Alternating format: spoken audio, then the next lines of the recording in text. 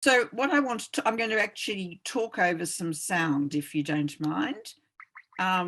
So what you're listening to is, and you'll begin to hear it, and it sounds like wild birds and frogs and cicadas and so on, but it's actually synthesized sound. And it was made for me by a musician when I was doing one of the projects that I want to talk about briefly as background to Watershed. And this is work that I originally did at Brown, and this is the greenhouse that was on the top of my building where my office was. And he made all these critter sounds that you could manipulate, and it would change by day or by night. So you'd get night sounding noises and day sounding noises, but all of this is done on an old analog computer.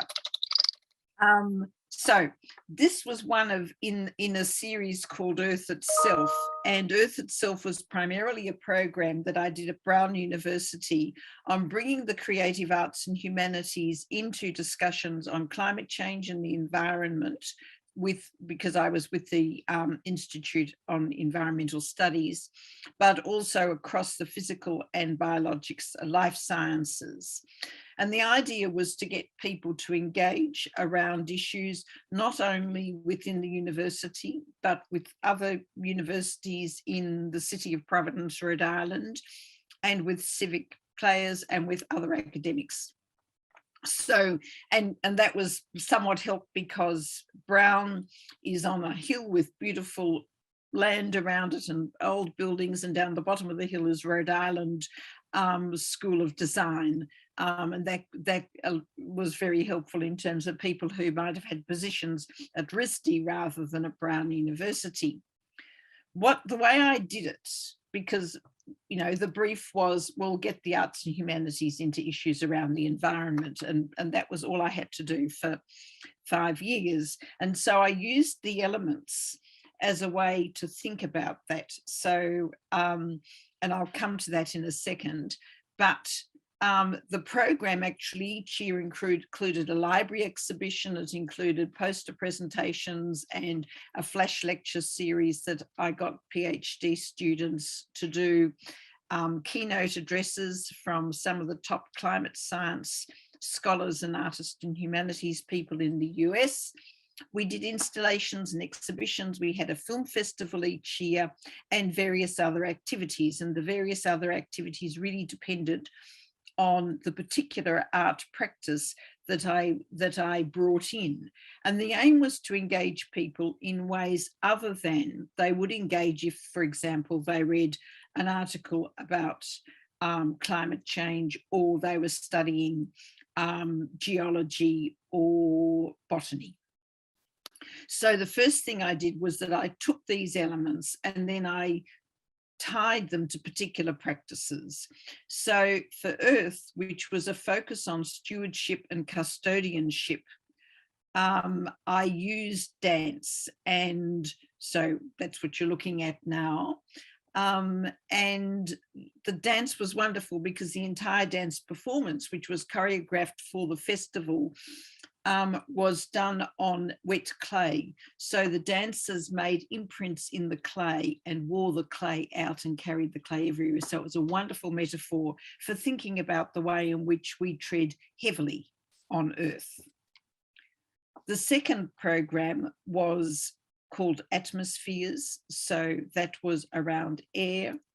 And the art practice that I engaged with was music / sound and acoustic ecology. So the sounds that I began this presentation with came from that. And then I worked with a number of acoustic ecologists across the US and Australia who were recording the environment, doing concerts using environmental sounds and so on. And then it also included a theatrical performance. The third year,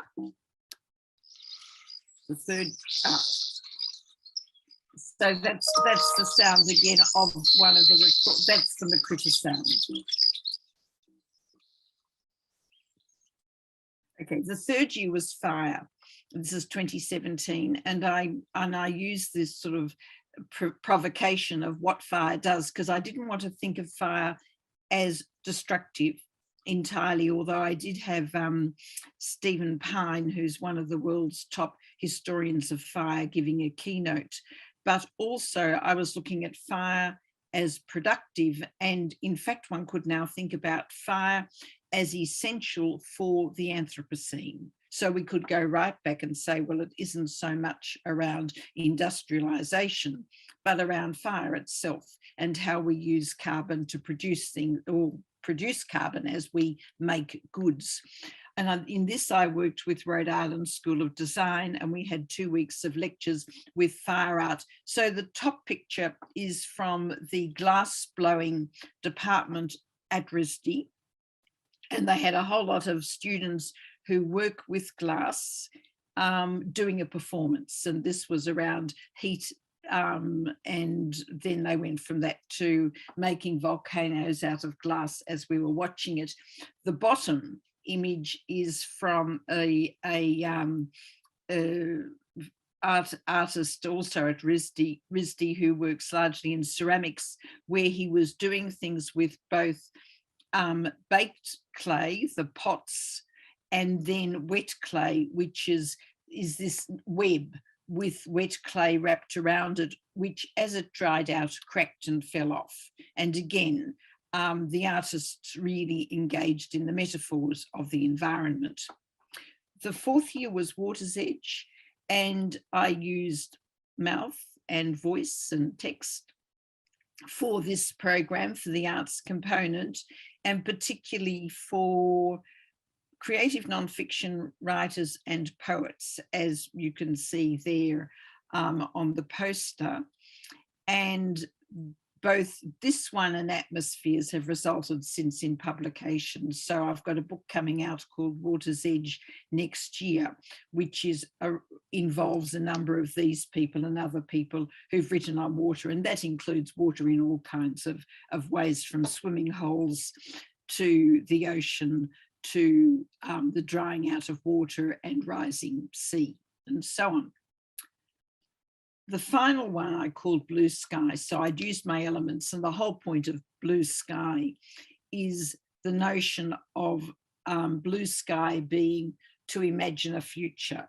And it was really around, well, what is possible? And the whole intent was to capture a sense of hope and optimism, rather than to have Earth itself sit as a kind of rather despairing representation of the destruction of the environment and the warming of the world.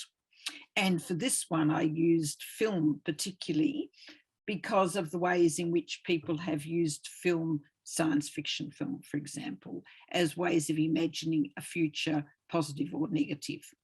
Now, in the same year that I did Water's Edge, I also did a program in South Africa, which is Watershed. And the original intent was that I'd take one of these festivals to South Africa, and I didn't want to break the continuity at Brown. So I did one at Brown, and then I did another 2 weeks. So I did 4 weeks of festivals that year. And the one at Witwatersrand is called Watershed. And the title was very intentional in this respect. Johannesburg is has a very high elevation, and the university sits at the top of the city, in the center of the city, but at the highest point. And the Origins Museum and the engineering faculty and a number of other core buildings of the university sit at the very highest point, which is a watershed, so that the water that falls drains subterraneanly, either to the north and then out into the Atlantic Ocean, several thousand kilometers, or south and east into the Indian Ocean. So it was a literal watershed. That's the meaning of watershed. But it was also a watershed moment to think about art and science. And I've got elemental politics picking up the elements that I used in the Brown series. But also a watershed because it was the first time that the university had really built up collaboration between both arts and science, but what was literally at the point of the watershed, the dividing line between those two campuses, and really the theoretic sciences and the practical sciences. So it was a way of coming together between the East and West campus on the watershed. So everything was centered physically, although we actually took over much more than that part of the campus, and we also had work, exhibitions and performances and so on off campus. So what I'd like to do is to just show you a few things. And as you see there, we used artist academics, government administrators, we involved policymakers and people from civil society to talk about the challenges of climate in different ways, with the artists providing provocations from their work. And what I'm going to do is, let me begin with this. So what you're looking at is the foyer of the engineering building, and the engineering building, the central part is round. It's a huge big domed space, and which is about 3 stories high. And it was originally, it's the Chamber of Mines building. And we had an artist called Atul Bala, who's one of India's most important conceptual artists working on the environment. And basically, he took over the building, or this part of the building, and with the agreement, obviously, of the Dean of Engineering.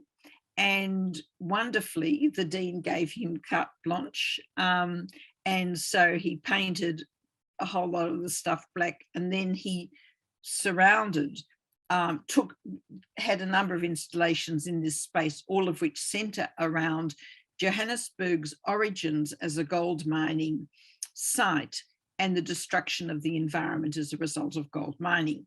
So what I'm going to just briefly talk about is, firstly, these are screens, and there were 18 huge screens about 8 foot high, and I'll talk about that briefly. I'm going to talk about these, which are called penduka, which is for mining. I'm going to talk about what went downstairs and what went upstairs, but well, very next slide, in fact, I'll do that. So the upstairs, which you can now see more closely here, is a mezzanine. And we use the mezzanine for receptions and dance performances and online streaming of some performance art. And I'll show you some of that momentarily. The large images of paintings that of prints that he had then used Photoshop in were scattered around the space. And then the curtain space, which you can sort of see it behind on the mezzanine area, those huge giant scrims, which people had to push apart to get into the central space. The patterns are from photographs of soil damaged with acid mine drainage. So when you mine, you produce, you use water, the water becomes contaminated, the contamination becomes this reddish color, and then when it's on the whitish soil, you end up with this kind of patterning. So that's what that is. The sharp metal at the bottom of this particular image, which was an area that used to be where students stood with their notebooks and so on and talked, is the kind of wire that protects buildings from outsiders. So it's a nasty reminder of sequestration in the city. And then the banners there, Atul did thousands of banners in both isiZulu and in English, which people could take and put on their bumper bars. And they were basically slogans about the warming climate and the destruction of the environment. The penduka I said I'd mention, and this is dropped down the down into gold mines. And the gold mines, there are still gold mines underneath Johannesburg, thousands of them, many of them, all of them closed for commercial mining, but there are at any time thousands of people underground mining illegally, that is without permission, to get the last little bits of gold. And they use the penduka to pull up the gold or soil where they believe there is gold in it. Often people die underground. The ground collapses because it was abandoned by commercial miners many decades ago. And it really is a statement around poverty and how people make livings on the margins of what is legal or illegally. The gold on the penduka that you can see is actually gold leaf from India. And that's intentional because most of the gold that is mined illegally is then sold on and exported to India to use for gold leaf because it's not good enough for jewellery. And so Atul brought gold leaf back to South Africa for this work, and he bought the penduka from miners working underground, and he spent time with them. I showed you an image, an arrow saying downstairs. Underneath that large open area is a thing called a digimine, which is a partly digitalized mine where students can go and look at what the conditions of a mine is like. Some of it is simulation and some of it is not so much digital, it's sort of literal mining. And the digimine people opened up the space for people to come downstairs and have tours and learn about what was going on. Half the campus had no idea there was a simulated mine on campus. But what was so interesting is that some of these people were students, and every day we got students coming downstairs who hadn't really gone down, or they were used to it for teaching and learning, but they hadn't thought about what they were looking at. And the exhibition above them in that big foyer really brought their attention to the fact that they were training to work in an industry that was degrading the environment and exploiting labour.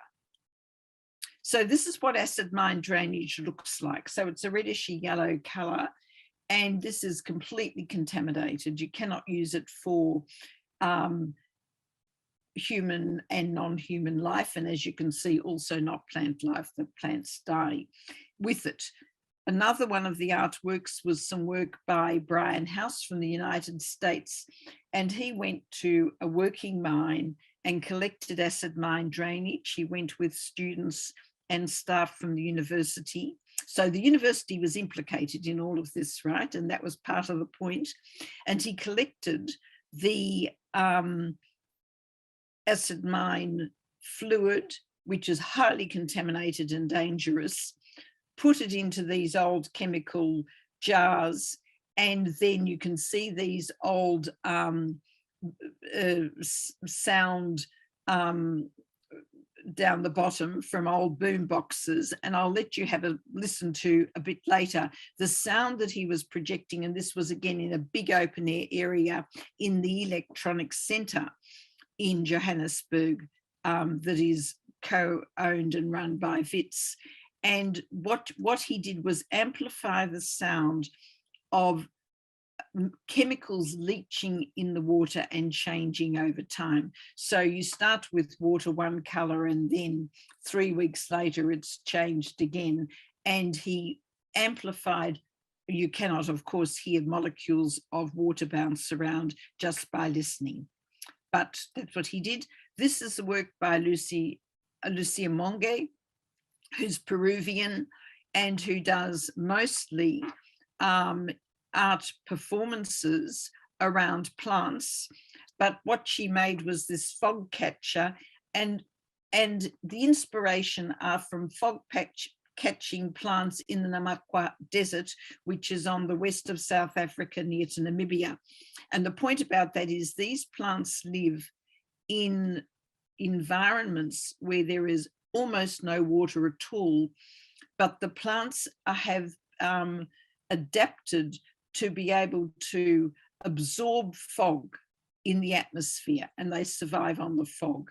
And then those little cups are around reflecting particular plants where leaves and so on capture tiny droplets of water in order to thrive. So we had that. This is work of a photographer.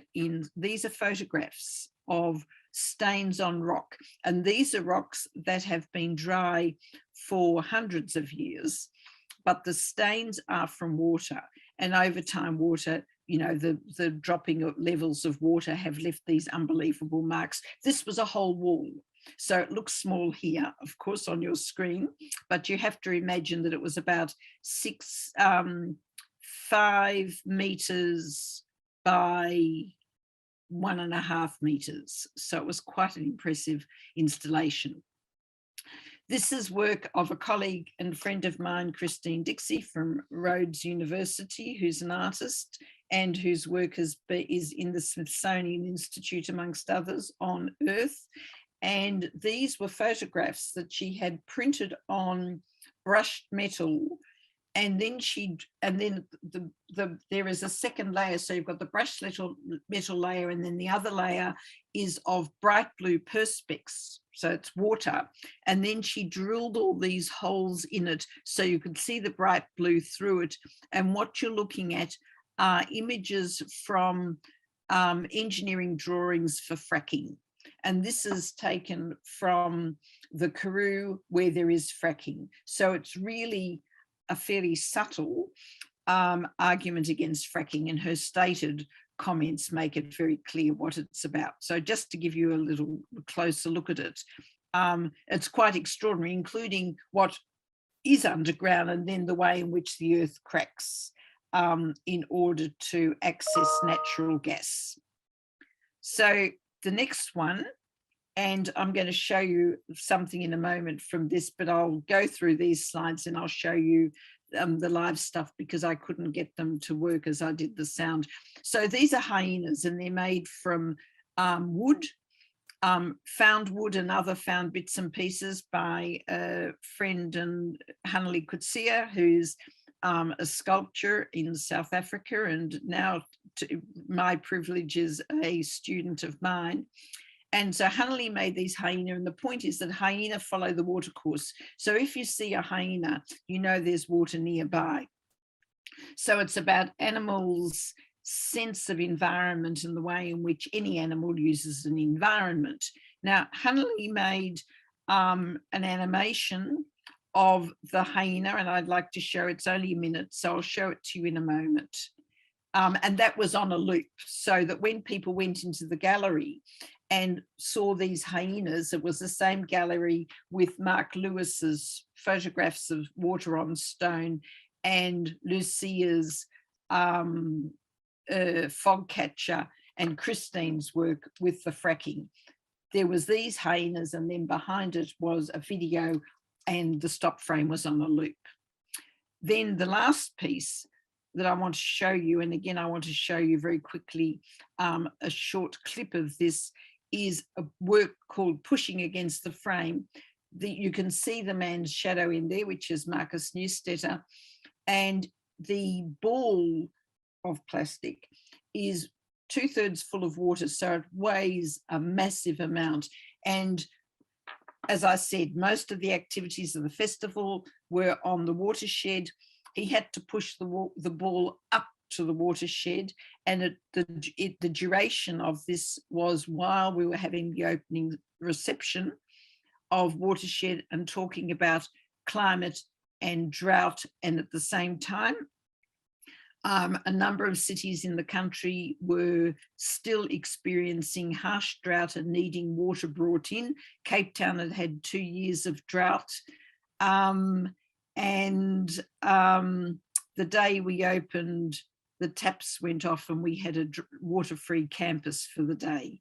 So that was not my intent, but I was more than pleased that somehow there was that magical alignment. As Marcus pushed this huge ball of water up the hill, the water leaked out. There was a couple of tiny holes. And so by the time he got to the top, the water had been lost on the road. And that was screened, so people watched that. And of course, the relevance of that was that he was demonstrating, I mean, pushing against the shed is pushing against the politics, amongst other things. Now, I want to show you, firstly, I showed you acid mine drainage, and that's familiar, right? And this is the sound of the water molecules, which I hope we're going to have streaming.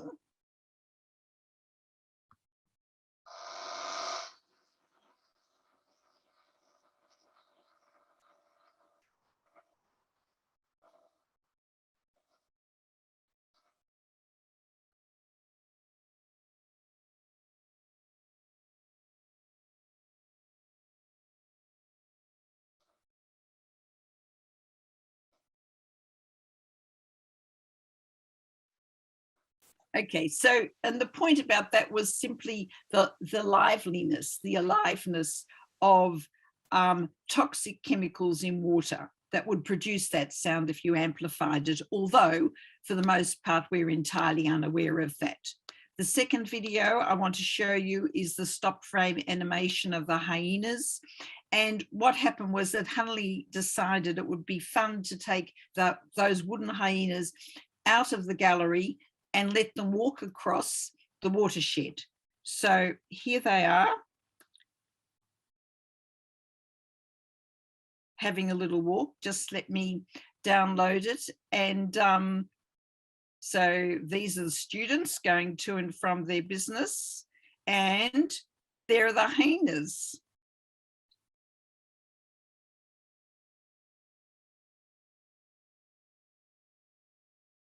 I'll just move this up a little. There you are. You can see them in a second. They'll aren't they lovely? So this is a 2.5-minute video of the hyenas having a walk on a loop. Okay, so let me just hop out of that one. And then the last one I want to show you, and I'm going to show you a tiny bit longer, is the Marcus pushing the ball of water up the hill. So his sort of introduction is the futile attempt to push water against its natural flow in order to cross the line of the watershed at the University of Witwatersrand. So let me see if I can open that up. And this is Marcus. And so he started at peak hour traffic. I mean, it was in September. Well, it wasn't peak hour, it was a bit after that, but peak hour lasts a long time. And you can see he's a big man, he's well over 6 foot, so you can imagine how large this ball was. And you can see, because they've made this into a stop frame animation, that as he goes further and further uphill, the water's leaching out, and Marcus is getting more and more frustrated, trying to get it to the top and getting tireder and tireder, and putting it and dragging it.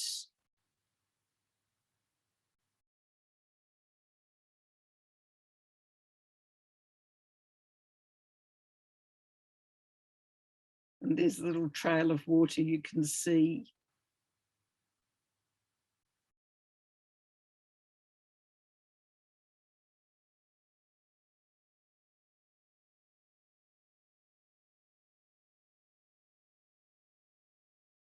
And by the time he'd finished that, he was in, well, you can see he was in tears by exhaustion and frustration. And it seemed always to me that it was entirely fitting that he would be so distressed by it. And we watched that while we were having drinks and nibbles for the opening. So that's what Watershed was about. And really it's an exercise in getting people to think about the issues through the power of arts performance and the work of artists. So I'm happy to take questions. Oh, thank you so much, Leonora. That was really, really amazing. I think just from our breakout rooms, my breakout room that I was in, what we talked about for those 10 minutes was that it's so intangible, you know, and that there's so much science and data, and it kind of gets overwhelming. And I think what you've sort of shown with that project is how that can, you know, it comes to life.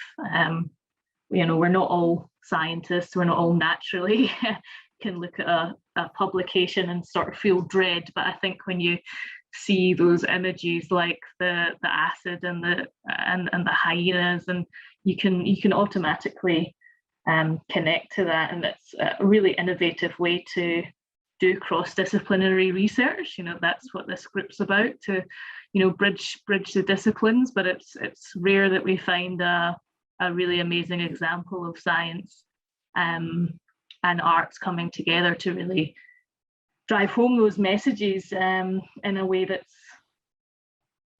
you just sort of naturally connect to as a human, connecting to the arts and having those different all those different ways. I love the hyenas, and lovely, aren't they? Yeah, and I think that what the example that really drove home to me the point was the illegal mining, and just from that one object you could see that really opened people's eyes to like what was literally going on beneath their feet, and then obviously all the environmental. I mean, the incredible thing about the mining and the literally beneath their feet, because it is literal, is that underneath Johannesburg, that whole hill on which it sits and the university sits, it's a honeycomb of mines, and the people who are doing, and they're mostly, I mean, they're unemployed. I mean, they're largely 18 to 20-year-old Zimbabwean kids who cross the border and come down to do the mining.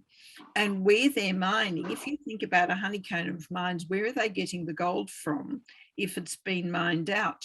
The earth is held up with pillars. So the miners pull out soil, but they keep pillars to hold the earth up. But if the earth is on a whole lot of pillars and the miners are mining into the pillars, there's a point at which the pillars get very thin. So there's actually the risk that the whole city could collapse with the overmining of the earth on which we stand. And at the same time, the water that's used to wash and everything else is leaching acid into the environment and stuffing up the waterways and killing animals and everything else.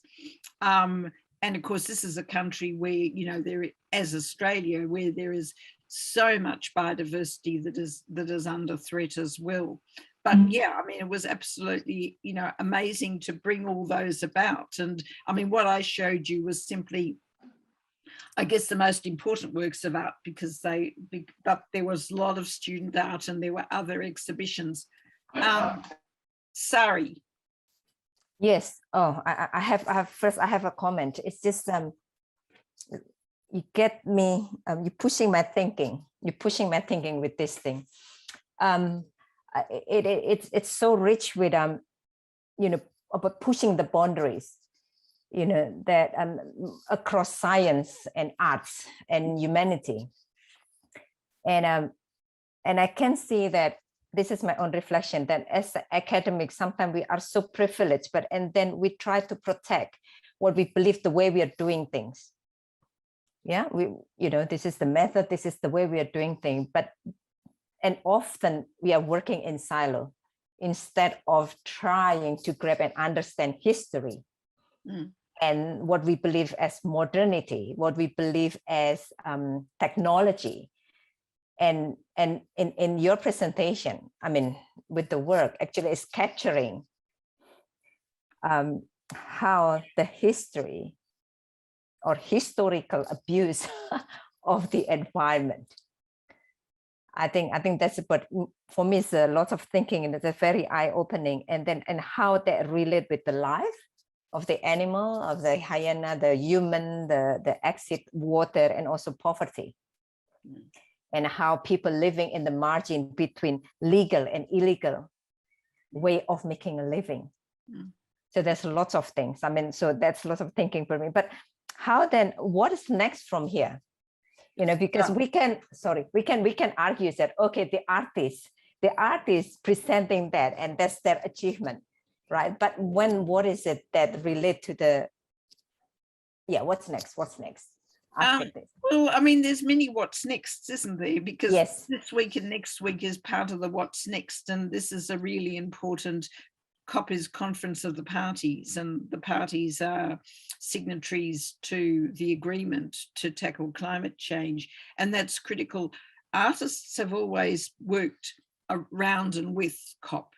I was in Paris in 2015, partly for the Fringe, actually, which ended up not being severely constrained because there had been terrorism at the same time. But there is an art program that goes around that in some very dramatic artwork that has always been shown, and other people who produce art stimulated by these debates. So, and I don't think one can say, right, well, now what's next as a simple question, because climate change is, what people refer to as a wicked problem. It's complex, deeply complex. And what I think the artwork of different kinds does is provoke people to think about it and to treat it seriously and to engage in their own way. But, it's not about, oh, well, we'll now have an agreement and it'll all be over. It's an ongoing engagement. And I think that what's been so fabulous is that there was and there has been increasing concern globally. I mean, at present, so much is being published in Australia, for example, at present, that I'm reading around climate change and loss of biodiversity and the destruction of micro niches of biota and so on.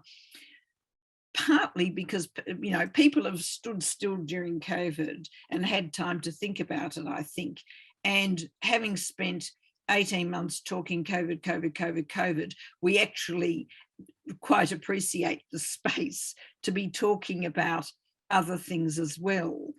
But I think that we have to be, voting for those of us who live in countries where you can vote and direct individual action.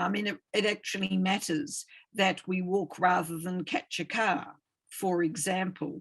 It matters that we don't support industries that we know to be truly destructive. We don't actually need plastic bags. So, the fact that we had them was always around this notion of convenience, but it was only convenient for some people. So, and for me, what's been really extraordinary that does relate to the importance of where we are now is that 50 years ago, I was involved in a women's liberation group that was concerned with the environment. And we used to go in 1971 and 2 to the supermarket and unpack all of our food and leave them with the stuff we didn't want. So like the Weet Bix came in a plastic bag that was inside a cardboard. We left the cardboard at Coles, and we did the same thing to anything else where you had goods that were inside a container in a container, and we left behind all the containers. And it infuriated the people in the supermarkets. And then what was so shocking is people forgot about that kind of direct action. Now, I'm not really saying let's all get back and start doing it again, though it wasn't a bad idea. The shock was that people got bored and stopped doing it. And what's so clear now is that we can't afford to stop doing the advocacy around environmental change. And that includes things like governments. This government where I am at present has got to start reducing the tax on electric vehicles so people stop using fossil fuel vehicles. And what some of the wins are, you could say fossil fuel, not everybody could define it, but everybody knows the term. And so there is an increase of literacy, I think, globally. And then we have to be working with other governments that are struggling. But I have to say that the most exciting changes and the greatest foresight are with some of the poorest countries in the world. South Africa's had wind power investment programs for as long as I can remember. I mean, they didn't need convincing, even though they're dependent on coal mining for a lot of energy. There's still an awareness that this had to be a short-term strategy, and the quicker you got out of it, the quicker you'd find jobs. And in a country with 50% of unemployment, then it kind of, in some areas, it makes great sense to find new ways for people to be working. So, I mean, it is all of that. It's about keeping climate change on a political agenda, but taking action at the same time. Thank you, Lenore. I want to thank you for this really insightful and very inspiring presentation. I thought I just unmute myself because I had a question.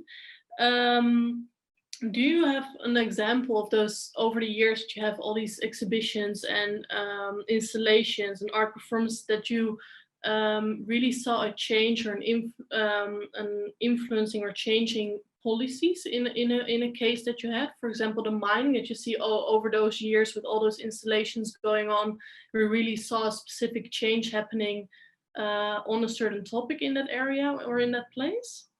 Well, no, I mean, I think that would be asking too much of one small intervention, right? I mean, I'm talking about up to 2 weeks, but only up to 2 weeks of art in one place, without then following it up and in, you know, you can't change that quickly.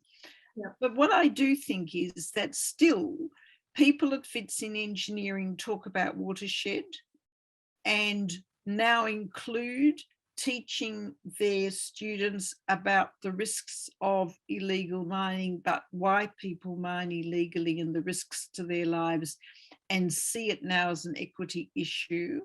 And the man who runs the Digimine took all of those giant scrims for downstairs so he could talk about what acid mine drainage looked like. And, you know, if all I do is change the attitudes of a few people, it seems to me that's okay. You know, I mean, I think one has to, you know, none of us can make huge policy impact.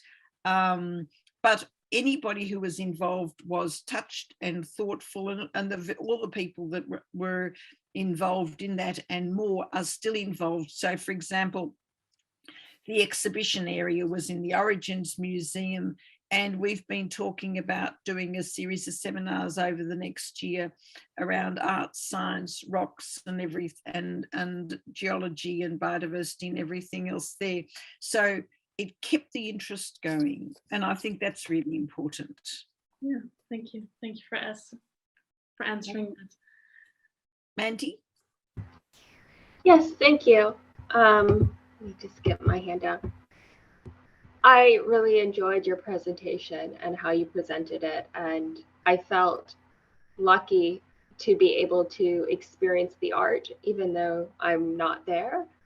So I quite enjoy it, even though it is not necessary. It's a disturbing topic in some ways, but the art was really enjoyable and made you think. So a question I have is actually about related to the art. Did you incorporate smell at all into, or did your artists or whom you worked before just smell into these artistic environments, or do you have a plan to do so in the future? As far as like mines, I was thinking in my head as I was thinking of these images, just wondering, okay, being there as a person, what would this smell like? So I'm just interested. Yes, no, and the quick answer is no, we didn't. And smell was a sense that didn't align with a particular element and got left out. It's an interesting question, because one could work with the chemistry department with students to replicate particular smells, and that would be really productive. I mean, I think that what's relevant is with all of these programs, the Earth Itself at Brown as well as Watershed, was that none of it could have occurred without collaboration across disciplines. I think money would have stood in the way, Mandy, for some of that, but I think it's a really, really good idea and an interesting thing. And smell has been used in museums quite a bit to sort of replicate past and particular environments. And it would be really interesting to sort of push that further. But I mean, the collaborations that did occur were really incredible, not the least of which is because no one charged. They just all got behind it and decided this would be a good idea and ran with it. And I think, to go back to that earlier, Berta's question around change, I mean, the fact that engineering and chemistry departments and others all thought it was a good idea to be involved in an art exhibition with a series of academic panels from historians and anthropologists says a lot about, you know, that one can actually move beyond the rhetoric of interdisciplinarity and start doing things that are exciting and that everyone's engaged in and that actually doesn't really cost much and is fabulous in terms of learning. Yeah. Yeah, I felt engaged just being here, sitting at home. So I appreciate your presentation. And Thank you. Yeah, I'm going to follow up and excited about your book as well. So I'll let download your book. What I'll do, because there are a few articles around, well, one on a special issue of Contemporary Music Review for Atmosphere, and a special issue of Leonardo on Watershed and some other stuff. I'll share with Sari to share with you all, if that's okay, Sari. Yes, sure. A bundle of material and the URLs for the various video clips I showed you. And then of course, as you know, the book was in the chat, but I'll share some other URLs because I think almost everything I've written in the last year on COVID is free for download, which is also a great win, you know, including, I have to tell you, the book in the first 2 weeks had nearly 2,000 downloads from 88 countries. Who knew there were 88 anthropologists or people in 88 countries that wanted to hear anthropology voices? Lenore, I have a question. So yes. Because do you think because you make it locally, you know, like the locality, because you tell about the history of this university being top of the hill, and then there was the mining around it. So because you try to make it local rather than removing the art exhibition somewhere there, but you use the building. Do you think that has a more like emotional or psychological impact and connection with people? Yeah, I mean, the actual mines are not right around the university. I mean, they're now, the nearest mine is now probably 50 kilometers away. But obviously, well, I think because it was like a festival of ideas, so it has to be local, you know, and that includes, you know, all of the art performances for all of the work. So the stuff at Brown as well. And I'll just give another little example actually around the local. One of the things we did with Atmospheres was bird walks at 6 o'clock in the morning. People gathered outside the building where my office is and walked around the precinct of Brown University, which is not particularly bushy. And we had one person who is an ardent bird watcher, and everybody was transformed because he'd say, don't look, just listen. And even those of us who thought we weren't all that good at listening could suddenly hear all these birds that we normally walk through going to work and ignore. I think, I mean, more interesting point, or the broader point, Sari, is that, I mean, that's why artists go to COP. You know, COP is not, people who are at COP now are not going to go around the world in search of art on the environment. I mean, you have to go to them. And some places I think have really good traditions around public art and the importance of public art. And that includes site-specific performances, which is really what you were looking at from all of the things that I did, and more permanent public art and what that does. And it's certainly, you know, a more enduring form of commentary than having an advertising campaign, for example, on use less plastics, right? I mean, there's just something tangibly different that captures the imagination.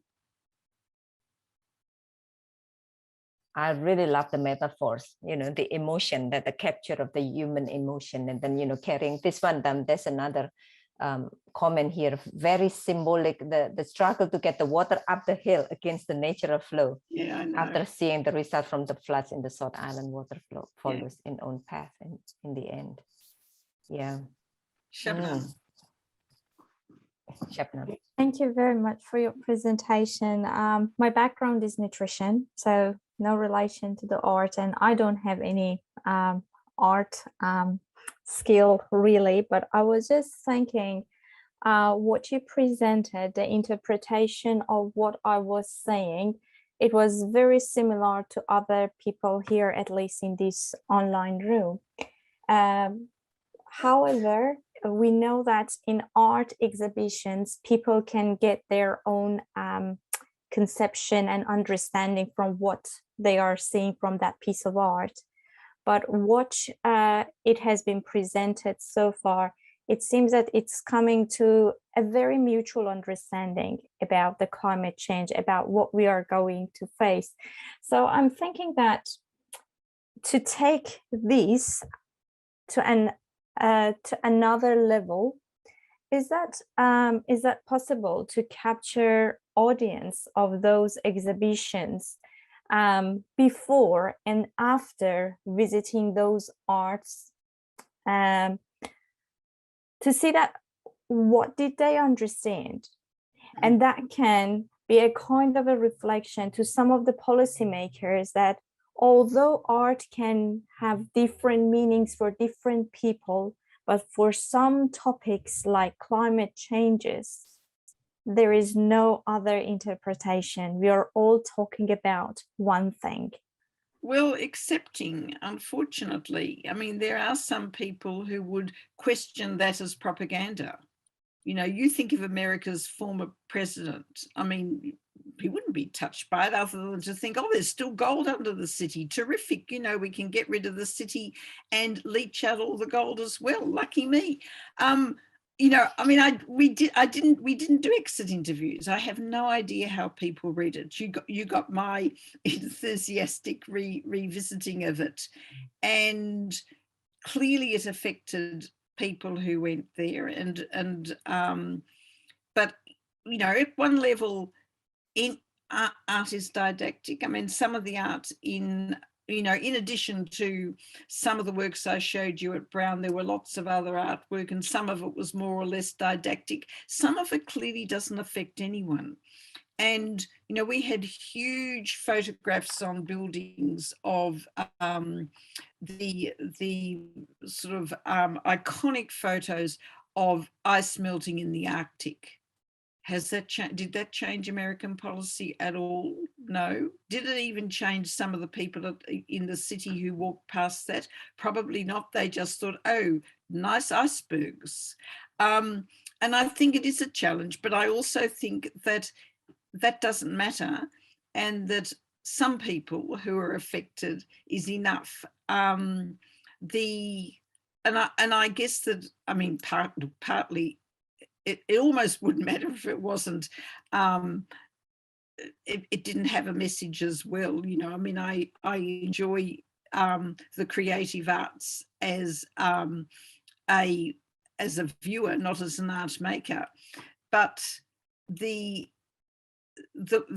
more one finds opportunities to do that, then the more people may. I mean, it's a reinforcer as much as as a way of opening people's eyes, and I think that's true for other things too.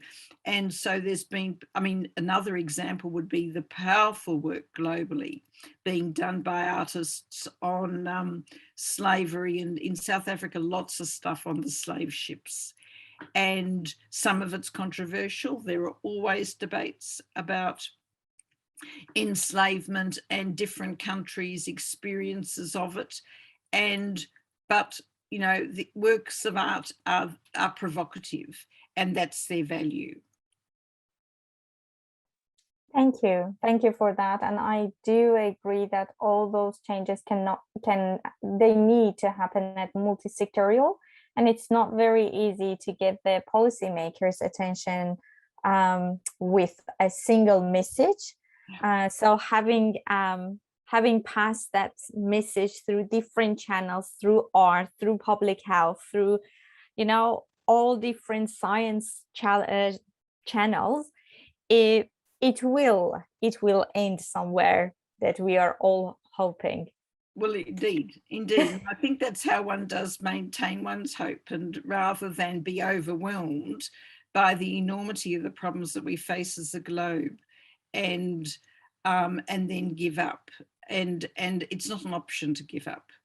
But it's a terror that, you know, there's intermittently this terrible sense of the responsibility that we now all face, more so from my generation than any of your generation, but still, you know, it is everyone's responsibility now, including to put pressure and to point out whose responsibility it was in the first place, without, you know, then laying blame. And I do think actually that my point that I'd made around, you know, the use of fire being the precedent to industrialization and therefore the beginning of the Anthropocene is really clever of me. So we've now got the Pyrocene. True, that's right. Thank you very much. Okay. All right. No further questions, Sari? No, but Elid will read some of the comments on the screen in the chat. I don't know whether you got a chance to. There weren't questions, but lots of appreciation for your work in the chat, Lenore. Thank you. Just see if I don't want to miss any. I can read. Yeah, I think this one from Eleanor. Such an important and timely presentation. Great to see all of coming together to share new creative ways, sectors, and disciplines to unite, disrupt, and gain momentum. So yeah, and she had to leave. And then our dean, thank you so much for such a thought-provoking presentation. Demonstrates the power of transdisciplinary approaches. I'm afraid, they have to go to another meeting. And then thank you. Really enjoy the laugh. I love the hyenas. My apologies, I have another meeting, and then very symbolic struggle to get the water up the hill. And then discussion, integration of art and science through collaboration of this exhibition. Appreciative the sharing. Yeah. Grace said, amazing and extraordinary. I'm glad that I had this opportunity. And thank you for the presentation. I enjoyed the artwork and the integration of art and sciences through collaboration. Thank you for sharing. I'm grateful for the creative people out there. But well, thank you, and thank you for inviting me and for allowing me to fly over to Auckland to meet you all. Yes. And I look forward to the meal that we're going to have straight after this. Yeah. Sometime, people, it will happen. But I mean, there's another lesson, Shabnam, with caution, because some of us probably used up too much carbon flying around the world until now. Yeah. There is silver linings to COVID, isn't there? And we have your book, Viral Load. People can download for free. Yeah, no, I'll want to reach 30,000, eh? Yeah. Oh no, that's not the book for 30,000. That's the article. Sorry. Oh, the article's got the book. Look, if we have 3,000 downloads by the end of the year, I'll be happy. But it may well go beyond that. Okay. Thank you so much for having me. I really thank you so much, Lenore. Lots of love. Okay. Thank you. I'll catch up with you later. Yes, thank you. Thank Wonderful. Bye bye, everyone. Thank you. Thank you. Bye.